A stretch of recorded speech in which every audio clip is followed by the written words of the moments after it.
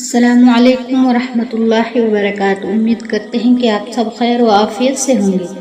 اللہ تعالیٰ آپ سب کو اپنے حفظ و امان میں رکھے۔ بیوی کا الگ رہائش کا مطالبہ کرنا۔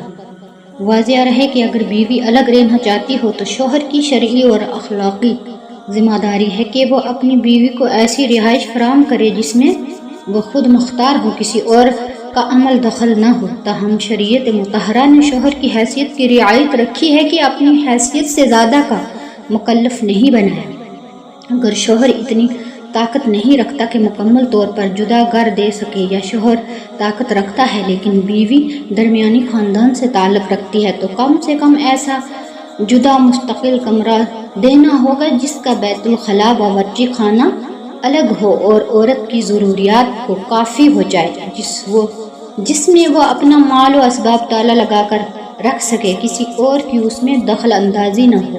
اور اگر شوہر زیادہ مالدار ہے اور اس کی طاقت ہے کہ وہ مستقل طور پر علیحدہ گھر کا انتظام کرے، اور بیوی بھی شریف اور اعلیٰ خاندان سے تعلق رکھتی ہے، تو بیوی کو الگ گھر کے مطالبہ کا حق ہوگا، لیکن شوہر کی حیثیت کو مد نظر رکھتے ہوئے درمیانی درجے کے گھر کا انتظام لازم ہوگا۔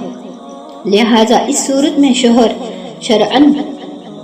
پر شرعاً لازم ہے کہ وہ بیوی کے لیے اپنی حیثیت کے مطابق الگ رہائش کا انتظام کرے۔